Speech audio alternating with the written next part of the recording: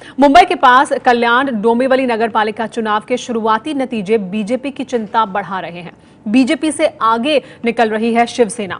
11 ward में शिवसेना आगे है। बीजेपी को सिर्फ 4 पर बढ़त मिली है। महाराष्ट्र में बीजेपी शिवसेना मिलकर सरकार चला रहे हैं, लेकिन चुनाव में खटपट के कारण दोनों ने एक दूसरे के खिलाफ चुनाव लड़ा। चुनाव को लेकर दोनों पार्टियों में काफी खटास दिख रही है। गठबंधन की हालत ठीक नहीं है।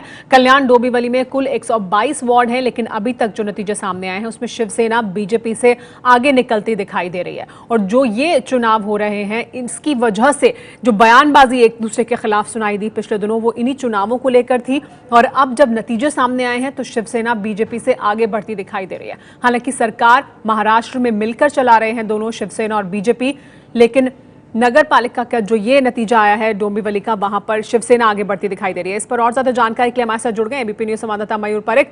मयूर, अलग अलग चुनाव लड़े थे और एक दूसरे के खिलाफ बयानबाजी दिखाई दी। जो चुनावी माहौल था वो बयानबाजी में भी दिखाई दिया। अब शिवसेना आगे बढ़ रही है, तो बीजेपी के लिए चिंता की वजह?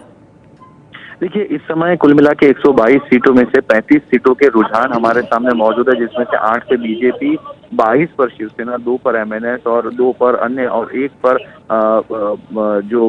2 पर कांग्रेस एनसीपी और 1 पर अन्य जो है उम्मीदवार आगे चल रहे हैं या फिर विजयी हुए हैं।